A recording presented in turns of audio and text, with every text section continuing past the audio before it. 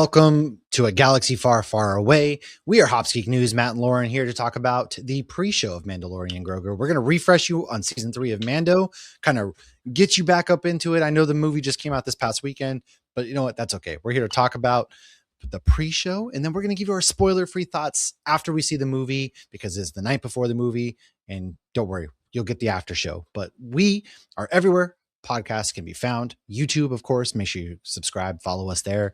And we talk about what we're reading, watching, go through a beer of the week, some news.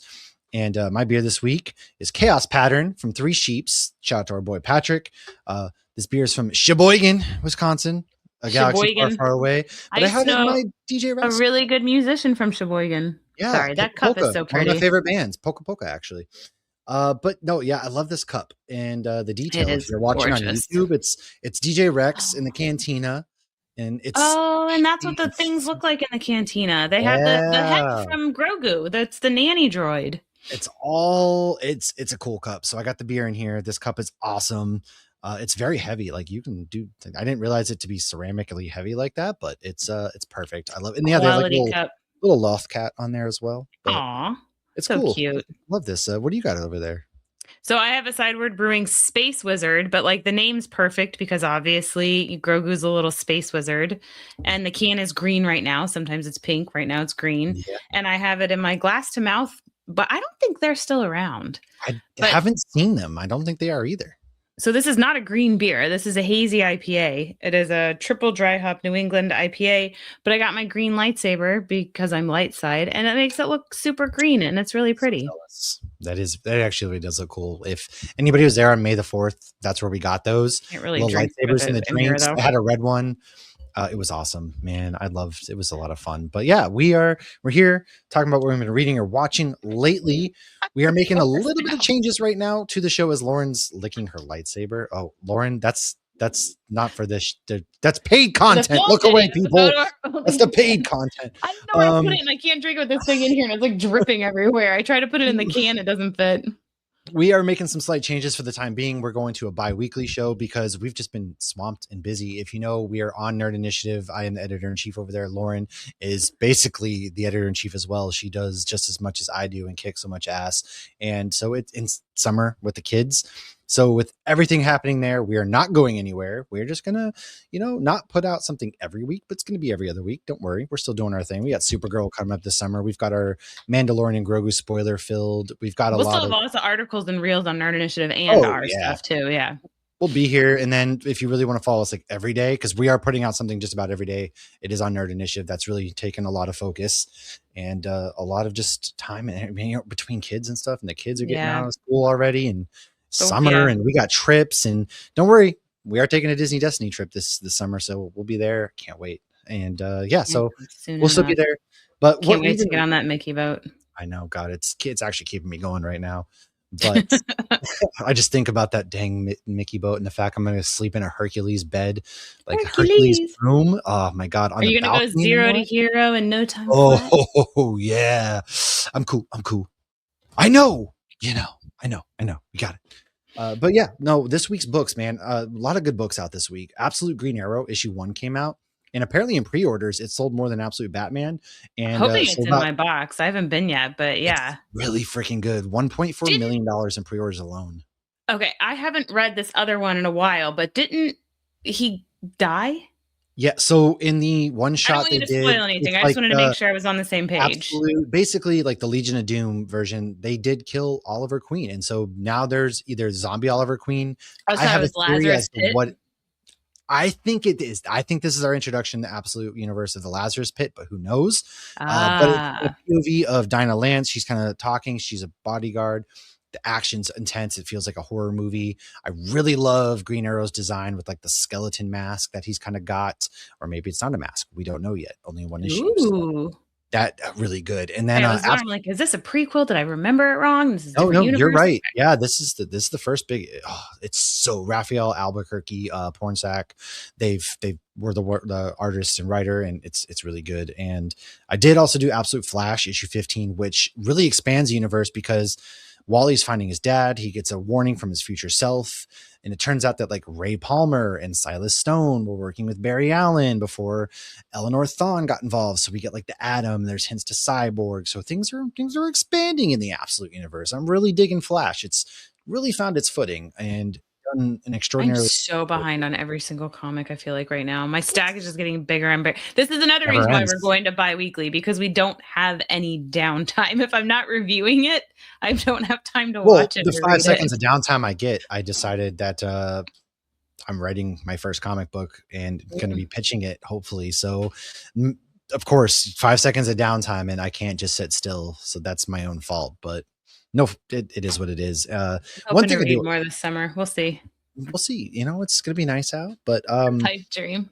one book I do want to That'd be really, nice really out in push is Florida. Of the Earth by Chris Condon. And Ooh. man, it is so good. It's basically a horror set in Texas, Solitude, Texas. This girl, Tabby, is going back to her hometown. She's got some baggage. We don't really know what's going on. But what's so good is like Chris makes you feel like it's hot, it's sweaty, it's Texas, it's grimy, it's dusty, but the artwork makes you feel that. There's periods where like the sweat's coming down her face, like her face is melting because it kind of like blends in.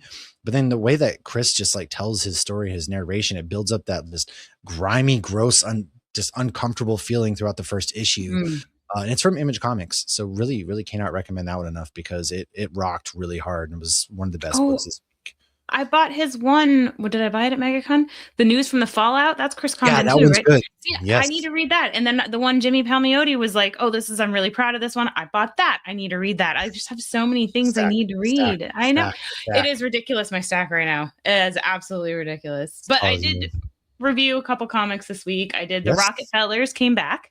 The Rockefellers is part of Ghost Machine, and that was actually issue 0 because it goes back and forth from present day. So you get a little bit of hint of what's still going on today, but then they talk more about the day that they had to travel from Oh, interesting. from the 25th century to the year 2025. So they talk a little bit about that, but then they also gave us glimpses of new Ghost Machine stories, and Ooh, it looks when like the hell are we getting? First Ghost. Yes, I've been patiently waiting for First we Ghost can for over 2 years 2 years now. since we were told about it 2 years ago at MegaCon. Yes, from Brad Meltzer at MegaCon. Yeah, that was over 2 What years the ago. heck, man? Hopefully soon, but I guess we're getting the Unbelievables, and the other one was like the $1 Million Kid or something like that. Oh yeah, But they that's gave the a little $1 trillion one because Jeff Johns yeah. said he's going to buy any unsold copies or something like that, Hmm. which is crazy. Yeah, I But only know that because I saw that news piece. Hadn't looked in beyond the headline. So but there was a little nod of Hornsby and Halo in this one, ooh, which is another Ghost comes Machine out one, next part week. of the Family Odyssey. Yes. And they said we're going to hear more about these new up and coming comics in other Ghost Machine comics, and they specifically mentioned Hornsby and Halo. Yeah, I've been waiting So, for Redcoat. Redcoat's been taking a little bit of time too. So well, hopefully, Malcolm North's been busy in Geiger, which Geiger has just been phenomenal lately. Oh my gosh, I did I'm Geiger behind on that last one. week. That I need to catch up on Redcoat. I'm behind on Redcoat, but I like know. Geiger has been so good. It's been so good, and I feel like every single issue just gets better and better and better, and I'm freaking loving Geiger. But yeah, I also did Supernatural this week. So Supernatural this was issue 7. It's going to 9 issues. I felt it started strong, and then I felt like it was kind of like, I don't know what's going on. This isn't making sense. And now it's kind of like picking up those pieces, and it's making the past make sense. So Okay. I feel like more things are coming together because they said that this took place between seasons 1 and 2, which everybody right there was like, that makes no sense unless it's taking place in the hospital. So far it has only been season 1. Where 8 and 9 go, if it's going to be after, because Dad dies at the very beginning of season 2, and like Dean's a freaking ghost at the end of or at the beginning of season 2, right? So we leave season 1 with them all passed out and unconscious in the car after the demon like hit their car with a semi. So I don't know how that's going to go, but I am excited for it. Hopefully we end it with that scene. Maybe I don't know either. Maybe I have no idea, but I will say I thought that Dean and Sam were very, very, very in character this issue. I really felt like it was just them jumping off the pages with their one-liners and everything. It was very, very Sam and Dean season 1.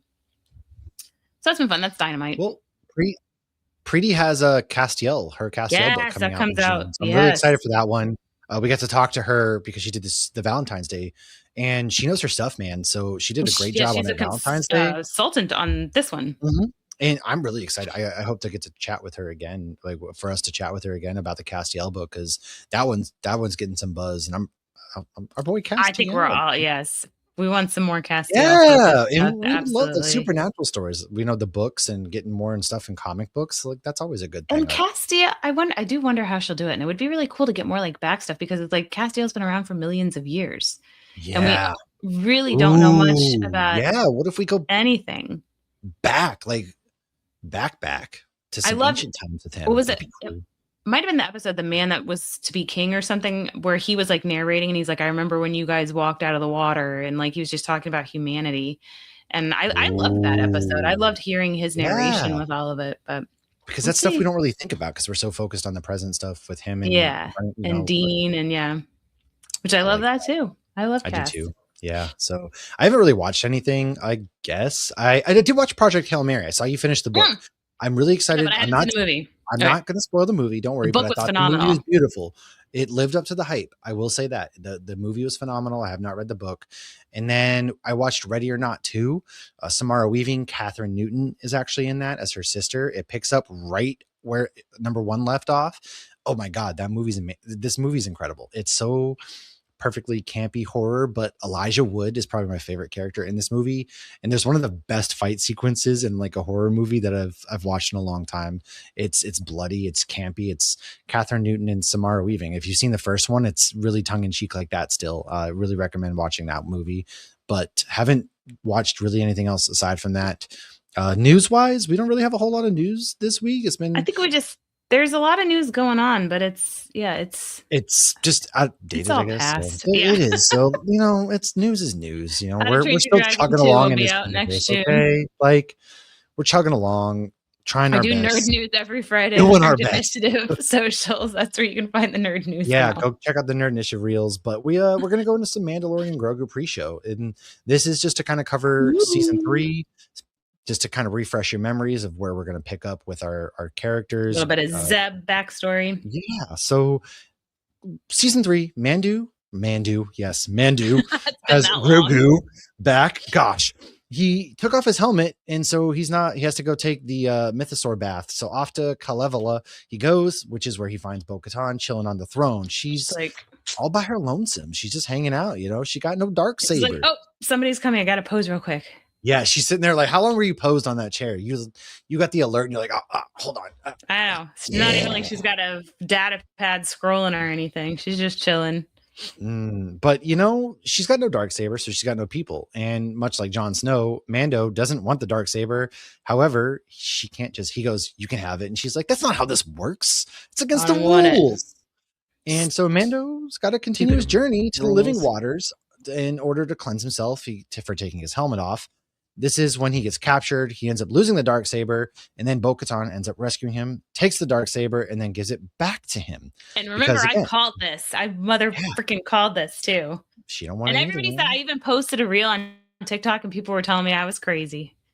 Go ahead, you can. That's true. Well, remember, like she lost it because Pre Vizsla had it, and then Darth Maul had it, and then all of that nonsense. So I mean, it was her family's to start. She also bent the knee at him off Gideon.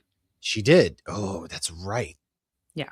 Don't worry. I covered that in the notes. Awful. Now, Mando takes his bath. He sees a mythosaur, and he's in Mandalorian armor again. That was really cool. The mythosaur eyeball. That was fun. Oh, seeing it in live action was actually really cool because we don't really get to see a lot of that stuff. No, I know. And he looked and that's one of the fun things about Star Wars, like continuing on 50 years later, is like we get to Zeb would never look this good. No. If it was episode 1 or whatever. So we're really getting to see some of this. Like the mythosaur looked awesome.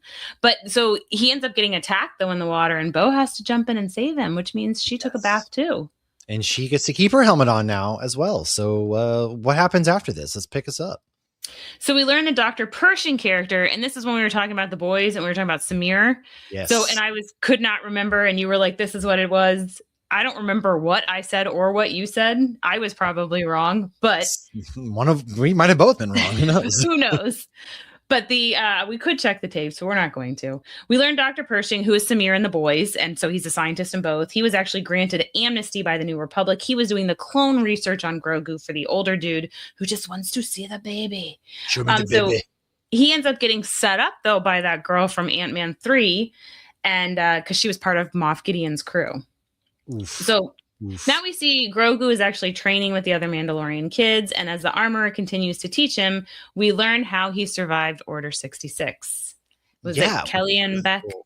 Yes, yes, that was actually really cool. That was because that was Ahmed Best. He returned and he's a Jedi, and that was his big return to Star Wars, man. And it was so cool to see because he's been through so much, as Jar Jar. He played Jar Jar, and he really had some dark times, and now he's back writing Star Wars, and he's also was this cool. I would love to get a show with him. Maybe, hopefully he's alive out there somewhere. So yeah. I liked how they paused it too. It's like, I didn't know who he was. And the way they paused it, I was like, I feel like I'm supposed to know who this is. And then because you're not used to seeing him. Yeah, of course. But he's in Jar Jar costume in the early ones, right? And you've never really, he disappeared because there was so much, visceral hate, because Star Wars fans are just always the most level-headed.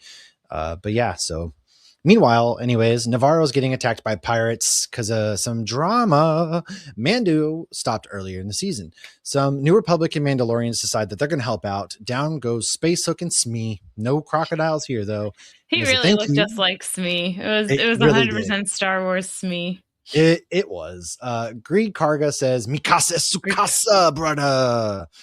Unfortunately, the New Republic. R.I.P. to Carl Weathers, because he's since passed. Oh, no, that's right. I just got a little grief Karga, actually. Oh, I should have taken a picture of him with my beer. Oh, it's still not maybe after the movie. Yeah, that's true. Well, it's almost too late. Oh, come on, man. So he's like, Mikasa Sukasa, like, you've helped us out. Like, you can stay in Navarro. You can do whatever you want.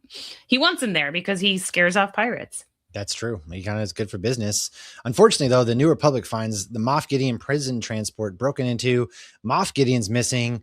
And now it looks like a friggin' Mandalorian did it, man. But did a Mandalorian did it? Or was it just some evil stormtroopers that have been chilling on Mandalore and taking advantage of Beskar steel? So now on a mission to retake Mandalore, and Bo and Mando, they need allies. So they head to the Jack Black planet with the chaotic droids due to Doc Brown, and they end up saving the day. Woohoo! And then they find this episode. It was fun, but I understand why some people disliked it. I thought it was fun. I had no problem with it. But at the same time, I'm seeing Jack Black and I'm seeing Doc Brown. Jack Black and Lizzo and Doc. And it did. I was too. It took me a little out of it. And on Star Wars, I feel like, granted, the Star Wars people are now huge and everything. And I was going to say Pablo Escobar. Oh my God, Pedro Pascal is pretty big. But I feel like I feel like Mando made him huge. I don't think he was huge before. He was big, but he wasn't huge. I think it really was that defining, because he was big. And I'm trying to think of like his roles. But this was like the relaunching, because then we got him as Reed Richards, and then he was in just literally everything after season 1 of Mandalorian. Yeah. I will say I put the Pablo Escobar there. Pedro Pascal is in Narco, where he's one of the cops that's trying to take down Pablo Escobar. That's where my head went. Yes. Oh, man. So they end up saving the day, and they, figure out that Doc Brown was causing the droids to be whatever. But then they go and find Axe Wolves, which we had met him in the previous seasons. He was with Bo, and some of the other Mandalorians are with him. He ends up fighting her. She wins, but he's still being a stubborn ass. And he's like, well, you don't have the Darksaber, so I'm still not going to kneel to you. Then Din Djarin's like, hey, well, actually, I lost the Darksaber, and then she saved me and took the Darksaber and then gave it back to me. So really, you did kind of win it. And he says exactly what I said in my reel. Almost verbatim. It's uncanny. And he's like, here you go. So it's yours. Just take it. That's it. The end. He gets it. Yeah. And so she gets the Navarro Mandalorians and the Axe Wolf ones, and they all get on the ship. Come on, brothers.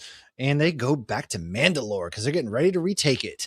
They find that some of the locals never left, which then she confesses she surrendered to Moff Gideon in hopes of saving the planet during the, when they got Siege of Mandalore. Yeah, they got destroyed. Really, the Empire destroyed and messed them all up, man. It didn't happen, though. She loses some of her followers. After a giant Mandalore monster attacks. They head underground to the Great Forge, the former heart of their civilization. And what's that? That's not Moana in the heart of Te Fiti. No, that's actually where Moff Gideon and his goons are hanging out. And he has Ah, created the next generation of Dark Trooper suits, complete with some Beskar alloy. And his troopers have jetpacks. And Moff goons are they killed Paz Vizsla. Paz Vizsla was a badass with his. and he was voiced by Jon Favreau, right? I think so. He was bulky. He was just they're Yeah, lighting he him was up, and then he gets massive, killed. dude. And Moff actually wants to complete the purge of Mandalore. It's a fight, babies. And Moff has been talking to some future First Order mooks, including Brendel Hux's Faja. Which, if you want to know more about him, they talk Me about too. him in the book Phasma, which is actually really, really good. But also remember, Paz Vizsla wasn't his son was like taken by like that pterodactyl thing, He and was, then yeah. like Din Djarin went and like risked his life and helped save him, so he all of a sudden had this like newfound respect for him and was more so willing and able to, you know, He go to battle. just really bought into the cause when they saved his son. Yeah, because it was on that sand planet or where they're holed up at, and all that kind of stuff. They Yeah, were the big training monster. all little mini Yeah, it was so Mandalorians. adorable. The little Mandos and their little tiny little It's silly precious. goose. So, with a lot of help from his droids, Mando has He 2 doesn't droids like now, not just 1. He has 2. I feel like droids. it's like how I feel with AI. I'm like, oh, AI, Yeah, droids. fair. So, Mando finds a room full of Moff clones, and this is all courtesy of Grogu's DNA. He's been trying to isolate the potential to wield the Force. That's Mando not how destroys Force the clones, which Moff Gideon's not very very happy about, and now he can't really hate droids anymore because R5 just absolutely killed it and helped him to defeat all of these Moff Gideon goons. And as Yeah. Moff and his goons attack Mando, Grogu just starts pushing the no button on the no droid or on the nanny droid. He's like, no. Yeah, no, no. I was curious what they were going to do with the clones, so I'm kind of glad that they got rid of them right away because it was interesting. And a lot of it, the cloning leads up to how the Emperor survives because the Emperor clones himself and all that. And then he gets new clothes. Well, the Emperor gets And a new groove. Dang, look at us.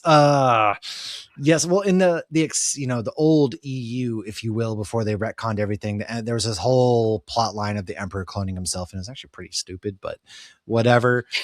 So I am glad that they got rid of the Moff Gideon clones because at a certain point, it's like, all right, this guy's the bad guy every season. It's just, it's not quite like Kingpin level because he's a great bad guy, but it's This isn't Giancarlo a comic Esposito. book story. I mean, I get there's comic books in Star Wars, but it's not different. Kingpin level with Vincent D'Onofrio. And even then I want like a fresh new bad guy because I can't keep fighting the same person every season, man. It gets exhausting. I know we need to bring Electra back. Yeah. I love Electra. Anyways, that's a story for another day. Yeah. The armor shows up. Woohoo. Yeah, that's God's sister. Yeah. Emily Swallow. She shows up. It's Bo Din Djarin with Grogu up against Moff and his cronies. Moff melts the Darksaber, and then Axe Wolves crashes the Mandalorian Star Cruiser with the Mythosaur intentionally. He escapes just in time as the whole place explodes. Moff Gideon is dead, but Grogu saves Mom and Dad with a little bit of a Force shield because he does have the Force still. And it was adorable. Does anybody else want Bo and Mando to get together and raise Grogu? I hope they. I want them to bang she's in the helmets. movie. Do you think she's going to be in the movie? I hope so. I don't know that she is, and they've even talked about there being another Mandalorian season and it being focused around her, which I'm fine with. I freaking love her. I love the actress. I love the character. Yeah, I think she's badass. Like I freaking love her. But I really liked them together. I don't know that she's going to be in it either, even though it. I don't know. I only suck. watched the first trailer because I didn't want to see too much. I haven't really watched the trailers, but all I know we'll is they both haven't know in about 12 hours. That's true. Yeah, so saves them. It's now time to rebuild. The living waters baptize the Mandalorian younglings, and Mando officially adopts Grogu. This is the way. This is the way. Din Grogu. Adorable. Yes. So the armor gives Bo some flame, and all the Mandalorians start clanking, and they yell, "For Mandalore!" Everybody's happy with her now, even though she doesn't even have the Darksaber anymore. She let it melt. Yeah, so we get a happy ending. But we're going There are no dark sabers. So it's a There happy aren't. ending. Then we see Captain Karsatava. He makes a deal with Mando. This is the guy that works for the New Republic.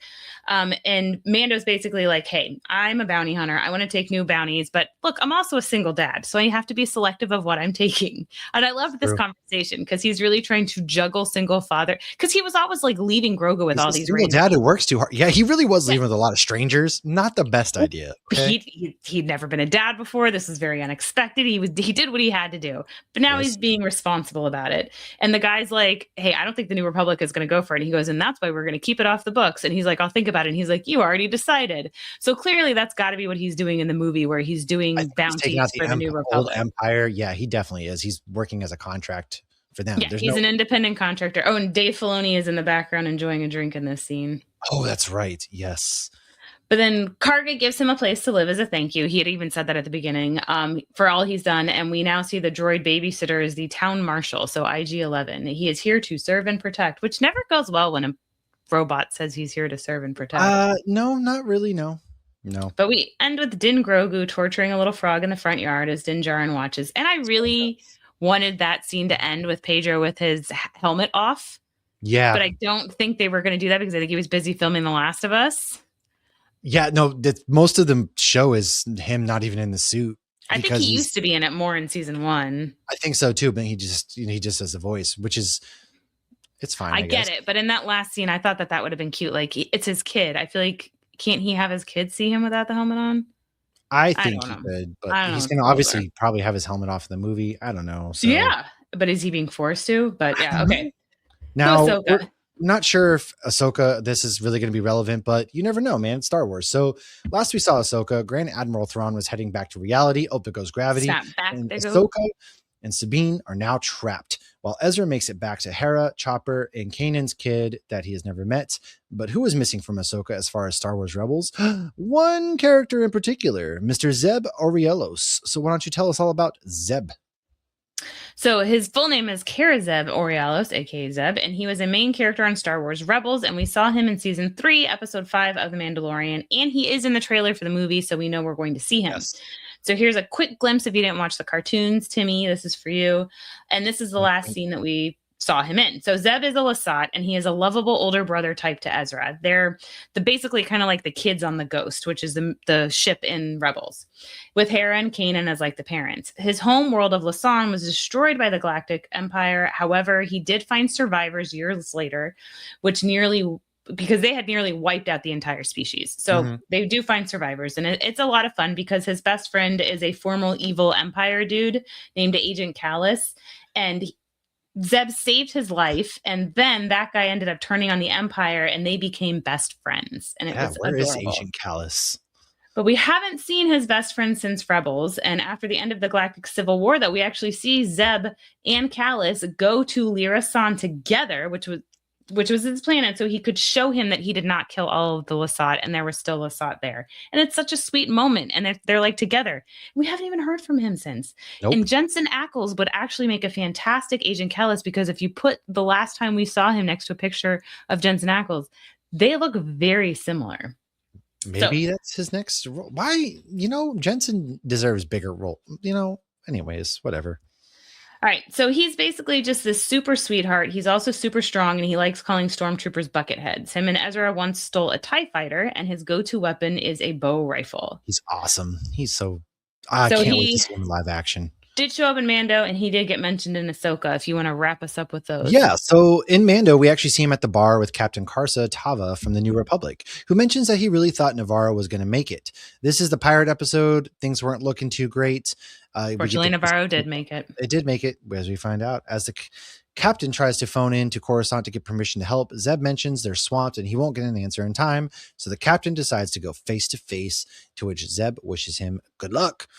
Now, in Ahsoka, we don't see him, but the group painting from the end of Rebels is in the first episode, and when Sabine finds Ezra, she catches him up and mentions that Zeb is actually training the new recruits. So I'm thinking there's going to be no way we don't get a Rebels reunion with Ezra and Ahsoka and Sabine and Zeb. There's just no way that doesn't happen in live action. Yeah, I don't know. Well, they haven't been specific as to when everything takes place. It's all... And you think Thrawn will be relevant? Well, it's between episode 6 and 7. I know that, but I don't think we're quite to Thrawn yet. But all of I Ahsoka don't and know. Who all of knows? Mando is between 6 and 7. 6 and 7 is a big jump. It's It's like what, 20 years. Yeah. So I have no idea when Thrawn takes place. Like I would assume at this point, Leia's pregnant with Kylo Ren. Unless they're setting up at the end Or of this he's movie in the a next big baby. event, which could be Thrawn, and that's what everybody kind of at the end of this movie, like the big threat is going to be Thrawn, which is going to set us up for maybe some movies to where they're facing Thrawn with like, or Ahsoka season 2. This could set us up for Ahsoka season 2 that's coming out early next year. Thing is, Thrawn is somebody that you can talk to because he's reasonable and intelligent and doesn't have an ego. I didn't love what they did with him in Ahsoka though, because I feel like they kind of like that wasn't the Thrawn that I feel like has. But he's also been trapped in this other world for however long. So I don't does know. things to a man, maybe. Does things to a man. Does stuff when you're trapped in the netherworlds or regions. Even or whatever. if you're what is he, a Chiss? Is that his race? Yes. Chiss. So I don't know, like, because I guess you're right. They aren't really clear if this is all kind of simultaneously taking place and what's happening. But I feel like there's just no way you have Zeb in this, have the Ghost crew in Ahsoka, and not have them merge at some point. It just. I really thought that maybe this would set up Ahsoka season 2. I would definitely think so, because Ahsoka season 2 is in February of next year, or not February, early 2027. Yeah, February is a good guess. My head just went to February for whatever reason. So I would think maybe you're psychic. Maybe I am. Maybe we're predicting stuff.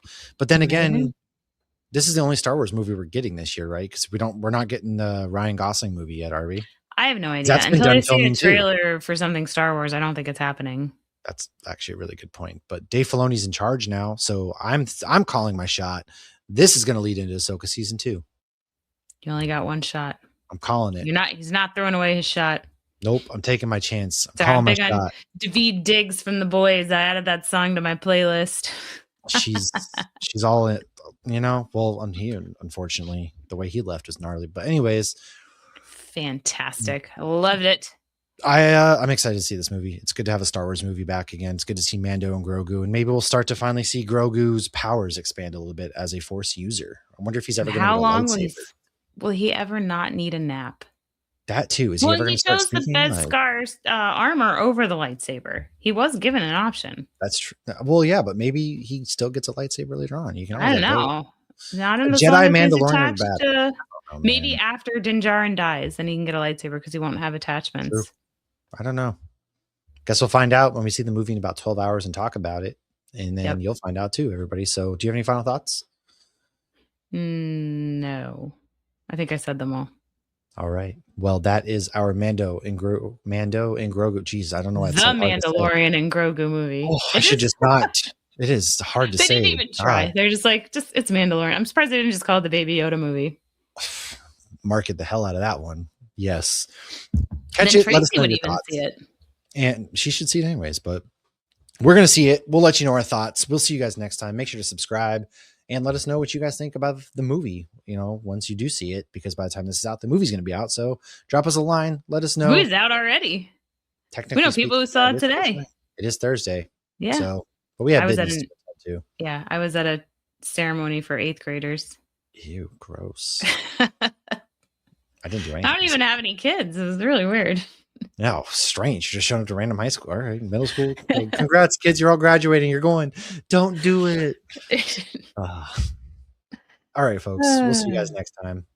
Peace out.